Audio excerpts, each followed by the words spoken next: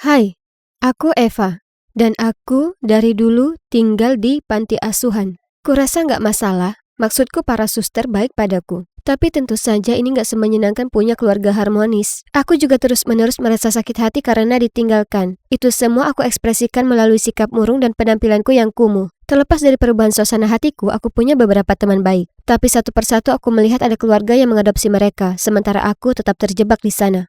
Ada seorang cewek di sana bernama Lisa. Kami pada akhirnya menjadi dua anak terakhir yang terjebak di sana sampai masa remaja kami. Karena kami seumuran, para suster mencoba mengajak kami berteman satu sama lain. Dia sebenarnya cukup baik, tapi sepertinya kami nggak pernah sedekat itu. Kepalanya dipenuhi omong kosong tentang orang tuanya yang mencintainya dan bagaimana suatu hari mereka akan muncul dan menyelamatkannya. Dia menyimpan beberapa gelang motif bunga tua yang sepertinya mereka berikan padanya saat masih bayi. Saat gelang itu sudah nggak muat, dia meminta para suster untuk membuatnya menjadi kalung untuknya. Lisa selalu baik padaku, tapi menurutku kepribadian aku sangat baik hati, lumayan menyebalkan. Jika para biarawati membutuhkan bantuan, dia akan menjadi orang pertama yang mendatangi mereka. Para suster sering membuat berbagai kompetisi membosankan untuk menghibur kami, seperti menggambar, memasak, dan semacamnya. Lisa selalu menang, baik itu gambar panti asuhannya yang terlihat bodoh atau kue-kuenya yang terlalu dingin. Keluarga biasanya nggak mau mengadopsi remaja yang murung. Jadi, suatu hari saat sebuah keluarga datang khusus untuk mencari anak yang lebih tua, aku nggak percaya kalau aku akan beruntung. Aku kira aku pasti akan dipilih. Tapi kemudian mereka pergi untuk berbicara dengan Lisa juga. Mereka tinggal untuk makan malam dan Lisa terus menjilat mereka. Ini membuatku sangat marah, sehingga aku mendorong mangkuk sup tomatku dan melihat supnya tumpah semua ke blus putih Lisa. Lalu aku memberikan pandangan terbaikku dan berkata, "Ups." Seminggu kemudian, pasangan itu kembali. Tapi mereka nggak kembali untukku. Mereka memilih Lisa. Aku marah banget. Bisa-bisanya mereka memilih gadis sakit-sakitan itu dibandingkan aku.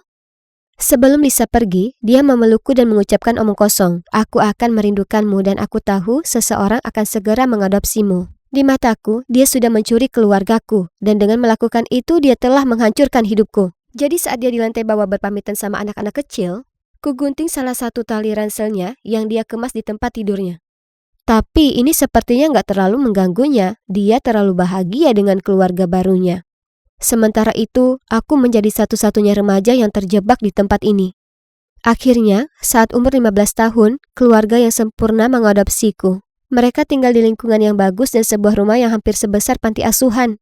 Mereka sangat baik padaku. Aku merasa sangat senang akhirnya punya keluarga yang layak. Ternyata, orang tua angkatku sebenarnya pernah punya anak yang lahir di tahun yang sama denganku. Tapi, dia hilang pada usia 3 tahun. Kejadian ini terlalu menyedihkan bagi mereka sehingga butuh waktu lama untuk memutuskan untuk mengadopsi. Karena mereka trauma kehilangan anak kecil, mereka ingin mengadopsi anak seusiaku. Jadi mereka nggak perlu khawatir hal ini terjadi lagi. Pada awalnya, aku memulai sekolah baru. Anak-anak di sana melihatku seperti orang aneh, dan aku merasa kesulitan menyesuaikan diri. Aku berakhir mendapatkan skor karena seorang cewek sombong menertawakan poniku yang miring. Jadi wajar saja aku mendorongnya sampai jatuh. Tapi kalian pasti nggak akan percaya siapa yang aku temui di sana. Itu Lisa. Dia pergi ke sekolah ini juga, dan dia sebenarnya sangat baik padaku. Dia membiarkanku bergaul dengan teman-temannya, dan hubunganku jadi jauh lebih baik dengannya daripada saat di panti asuhan. Kami berbicara dan menceritakan kehidupan satu sama lain. Ternyata, kehidupan Lisa tidak begitu sempurna. Karena kini ayah angkatnya nganggur, maka mereka sedang kesulitan untuk mendapatkan uang. Mereka juga punya bayi laki-laki yang tentunya harus dia jaga. Aku mungkin telah terjebak di panti asuhan lebih lama, tapi aku berakhir mendapatkan keluarga yang lebih baik. Akhirnya, aku menang kali ini. Aku punya keluarga yang luar biasa dan beberapa teman baik. Untuk pertama kalinya hidup terasa menyenangkan. Hal ini berlangsung selama beberapa tahun ke depan. Aku akhirnya merasa seperti seorang remaja normal dengan keluarga dan teman normal. Kemudian, suatu malam, aku terbangun di tengah malam untuk pergi ke kamar mandi dan melihat ibuku duduk di luar di balkon sambil minum wine sendirian, memeriksa sekotak barang. Ternyata hari itu adalah hari ulang tahun anak mereka yang hilang. Dia menunjukkan kepadaku foto seorang gadis berusia sekitar 2 tahun, dan dalam foto ini anak itu memakai gelang dengan motif bunga. Sangat mirip dengan gelang yang sudah dijadikan kalung yang selalu dipakai oleh Lisa.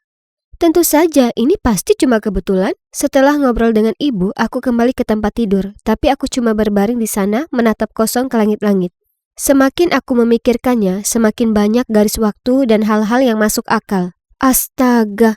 Mungkinkah Lisa benar-benar anak yang hilang dari orang tua angkatku? Di salah satu foto yang ditunjukkan ibu, aku juga melihat putri mereka punya tanda lahir berbentuk berlian di bagian atas lengan kanannya. Malam itu aku gak bisa tidur. Aku harus memeriksa apa Lisa punya tanda lahir atau enggak sebelum aku mengatakan sesuatu tentang hal ini ke orang tua angkatku. Ternyata, keesokan harinya hujan gak berhenti sepanjang hari dan sangat dingin. Jadi wajar saja Lisa pakai baju berlapis-lapis. Aku harus buat rencana untuk tahu dia punya tanda lahir atau tidak. Aku akan terus berada di sampingnya seharian penuh, menyentuh sweaternya, bilang kalau aku sangat menyukainya. Lalu aku bertanya apa dia bisa meminjamkanku sebentar karena aku mau membeli yang sama juga. Dia ragu-ragu karena saat itu dingin sekali. Tapi aku tetap ngotot sampai dia menyerah, jadi kami pergi ke kamar mandi. Saat dia berganti pakaian, aku harus naik kedudukan toilet di bilik sebelah untuk mengintipnya. Dan coba tebak.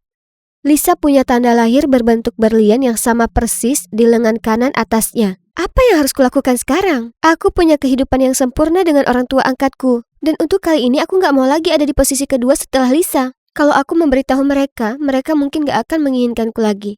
Dan aku gak bisa menghadapi penolakan demi Lisa yang sempurna untuk kedua kalinya. Pada saat yang sama, mereka sangat baik padaku. Jadi bagaimana aku bisa menyimpan rahasia sebesar ini dari mereka?